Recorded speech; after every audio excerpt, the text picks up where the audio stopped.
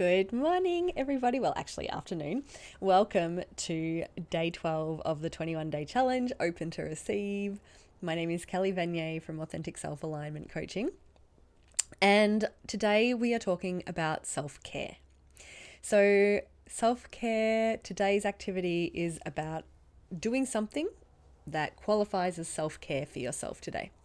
So, I'm going to talk a little bit about what self-care is. I'm going to talk a little bit about what might get in the way of you doing today's activity.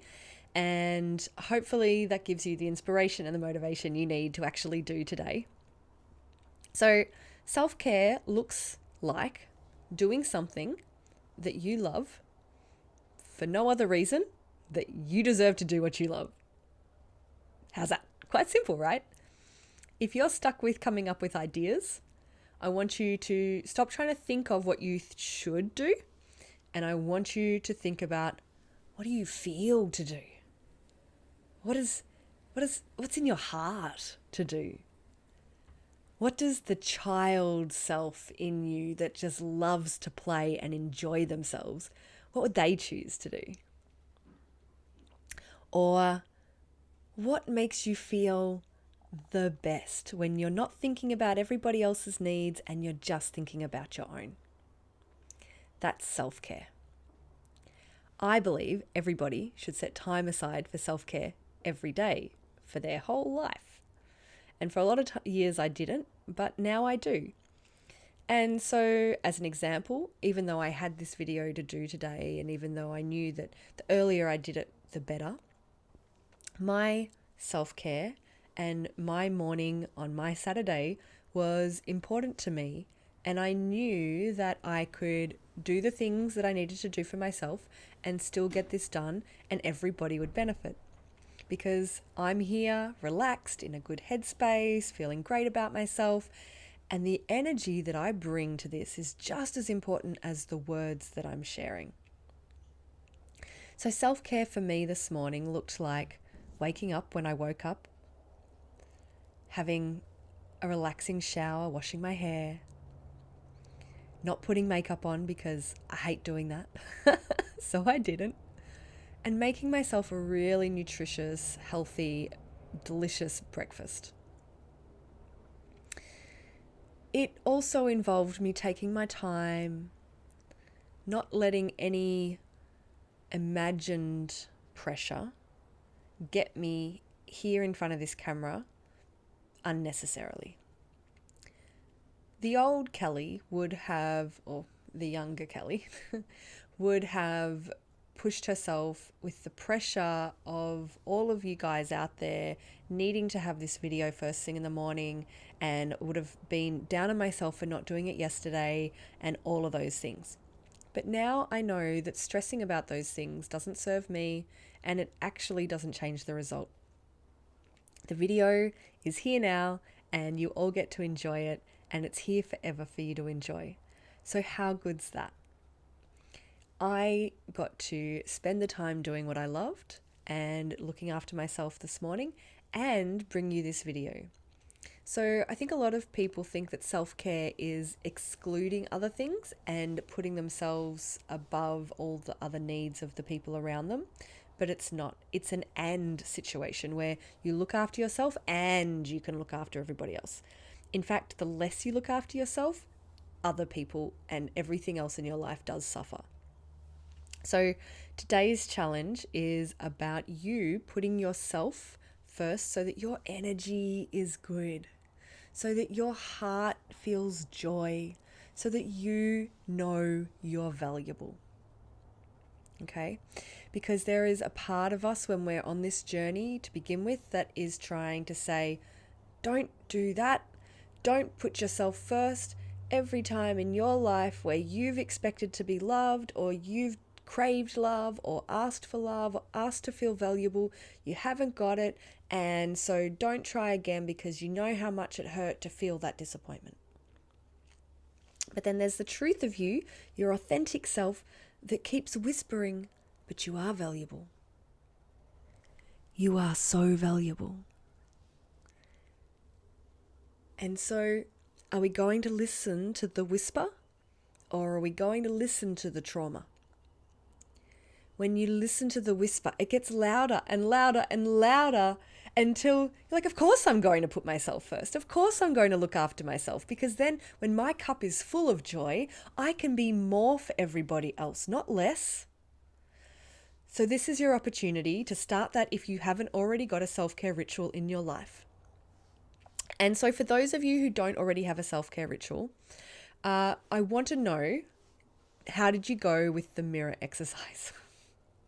How did you go at standing in front of the mirror and feeling, not pretending to feel, not trying to feel, but actually feeling love for yourself? Did you do it, or did you avoid it? I haven't got a lot of comments on that page, and I think a lot of people are avoiding it because it feels uncomfortable. Well, guess what? You don't get where you want to get in life by staying in your comfort zone, because you know what your comfort zone is? It's your cognizant dissonance that says, at least I know what the rules are here, even though they don't work for me. I'm going to stay here because I'm scared of the unknown. Fuck that right off. The unknown is bloody brilliant. It's amazing. There is so much good stuff out there in the unknown. And yet our society tries to make us believe that things we can't see or that are out there are scary. Think of all the movies with extraterrestrials in them and they're coming to attack. What kind of unconscious programming do you think is out there that you've been bombarded with your entire life? All of this occult stuff and paranormal stuff being scary. What if it's not? What if ghosts are just people who no longer have physical human meat suits on anymore, but the essence of who they are is still there and they can still communicate and everything, except they're in a different dimension? What if that's the truth? Now, I'm not here to sway anybody's beliefs one way or the other. All I'm saying is that one assumption is just as valid as another. It's just that we're putting our emphasis on the assumption of what we've been brainwashed with through media and society and that sort of stuff. So today is a really important day for you to witness where you've been resistant to loving yourself all the way up to now. And it's time for you to put yourself first. So self-care, the challenge today is literally a really simple one. It's to set aside time where you do something that you love. That's it. It doesn't have to be anything in particular. It just has to be that you create a boundary of this is my time, and then you fill it with something that brings you joy. So that sounds simple, but some people are going to come up against the challenge of, I don't know what I love. I don't know what I want to do. Well, herein lies the access for you to become aware of why not. Why not? Why don't we know what's going to bring us joy? Well, we don't get a lot of opportunity to practice that in our society. Like, if you're going to do that, you really have to stand up and go, screw everybody else. I'm actually just going to choose time for me. I'm going to choose to look and listen to myself. So that's your challenge today, is to investigate inside you what's going to bring you joy and then make a decision to set time aside for it. It sounds simple, but if you resist it, then my question for you is why? Why resist that? Why would that be challenging? And the answer is that there's a part of you who is controlling you, that is coming from your unconscious mind, from all of your unconscious beliefs and programs over the years, that makes you try and avoid anything that brings up the same pain that you've been avoiding all of your life, which started off with wanting to be loved. And then maybe you didn't get it in the way that you wanted it. Maybe as a child, your asking to be loved was just happening at the wrong moment and you got pushed aside by your parent, and so you felt rejected. And then it happened again and you felt abandoned. And really all you wanted was a hug or attention, but they were on the phone or they were in the middle of cooking dinner and they couldn't reach down and pick you up right then. So then you started to feel alone. And then you started to believe that this must all be because of you. So then you started to feel unworthy. And then that unworthiness turned to feelings of being really sad. And then that sadness turned to anger. And then that anger turns to frustration. And I'm not saying that's exactly what happened to you, but I'm saying that happens to a lot of people. And when you look at the surface level and think this is who I am, you're missing all of the layers of protection and assumptions that you made along the way because you didn't get the love you were after. and you made a decision at some point in your life to never go after that love again because it hurt too much every other time you tried. Well, I'm here to tell you you're not a child anymore.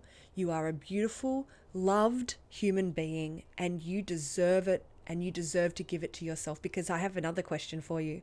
How do you expect other people to read your mind to be able to give you what you want if you won't even spend the time doing that for yourself?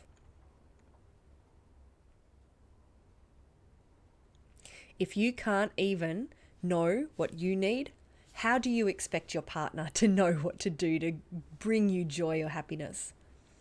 We send so many mixed signals when we're trapped under all of these layers. When this part of us down here that wants love is trapped underneath the, well, yeah, but you're not going to love me because you're just going to disappoint me and I'm going to end up frustrated. And so every time we go looking for love, we just go straight to frustrated because that's the pathway that our neurology has been taking for so long. And so we think that's true. But it's not. And so you end up creating situations to be frustrated at without even realizing that all of it is caused by the pain of a child who never got the love that they thought that they deserved at the time. And so they created a belief that they didn't deserve it because that was easier than looking at the parent and thinking, you just failed me there. Because what child does that? We don't have the awareness to do that at that time. Between 0 to 7, we don't have a critical faculty, which is the barrier between the unconscious mind and the conscious mind. So anything that happens outside of us, we just take on as true. We don't have that barrier that says, is this true? Should I accept or reject that? That's what the critical faculty does. We just allow it in. And so any behavior of our parents, our caretakers, our guardians, whatever it is assumed to be a reflection on who we are and how things are and the truth of life. But actually, that's not true at all. And so without the adult you going back and questioning that, what do you think's happening? The child you made a bunch of decisions and those decisions are still ruling your life. Well, today is the day you stop that. So hopefully you are really committing yourself to all of these exercises because they're not just frivolous little exercises. They are all really important ones that are going to help you change your life if you actually do them. So self-care day, find something that you love, spend time thinking about it. Maybe your self-care, if you can't come up with anything, is to sit somewhere comfortable where you have maybe a hot cup of tea or something that you love and actually spend some time with some self-investigation. That could be your self-care ritual for today or self-care activity. For those who are really committed to changing their lives, I encourage you to make it a ritual. Embed self-care in your life every day in every way. And if you have to start by actually scheduling 10 minutes a day where you just think of yourself because you need to form the habit, because at the moment you have a habit of being who you are and it's just a habit. The identity is formed out of habitual patterns and programs. The truth of who you are is a higher being filled with love and light and got access to so much joy and creation, ability to create. Our thoughts are creative. They create our reality. Our imagination is a sense that we're not taught. We're taught of like our sight, our hearing and taste and touch and all of that stuff. But there are senses beyond that that we're not taught about, like our imagination and our intuition. They're senses just as much as the others, and we can use those creatively. So if you're sitting there imagining without realizing it that all these bad things are going to happen in your life, what do you think is going to happen? But when you can sit and take the time to imagine the best life for yourself, really sit in the emotion of loving yourself, then things start to change in your life. And I'm not telling you this because I read it in a book. I'm telling you this because I did it in my own life. And I want this for you too. So I've been going on enough. I've tried to do this video 3 times and it always ends up being 14 minutes long. So it's obviously just meant to be that long today. So hopefully you have done the self-love mirror technique, because if you haven't, it's really important. And I want you to go back and do that if you haven't. And I want you to do it every day until it becomes comfortable, until you can stand naked in front of the mirror and feel love for yourself and go, yeah, I'm sexy, I'm beautiful, I'm powerful, I'm gorgeous, I'm a goddess, I'm a god, I'm whatever, okay? Until you get those feelings that look at yourself and go, who says I'm not gorgeous? Who says that this is wrong? Like when I first did it, I've got some fat rolls and I looked in the mirror and I said to myself, who says that's not sexy? Who says? Why can't it be? Maybe it's just a perception shift, because to some people, having a curvy body is fantastic. And so I started to just question the relevance or the validity of thoughts I'd held before in a way that allowed me to start to shift and create my own definitions. And the definitions that I encourage you to make are ones that are useful for your happiness. Ones that take you away from your happiness are worth questioning and throwing away and replacing with ones that bring you happiness. Because you know what? What else is life about if it can't be about ourselves bringing ourselves that which feels good to us? You have the power and the right, the sovereign right to do that, and I encourage you to do it. So today's exercise is exciting, and I hope, I really, really, really trust, I'm putting my trust in you guys to do it for yourselves. I can't jump through this computer and make you do it, and it serves you and your future self to do it. So think of who you will be in the future because of what you're doing today, okay? And then add self-care, which is basically just you putting yourself first, doing something that you love for just the sake of doing something you love. No other reason is needed every day from now on, because every day, in every way, you are getting better and better and better at loving yourself. I'm so proud of you. Well done for getting this far. We're over halfway through, so I've only got a few more days left, and I'm really excited to see how everybody's going by the end of it. All right, guys, I'll catch you on tomorrow's video.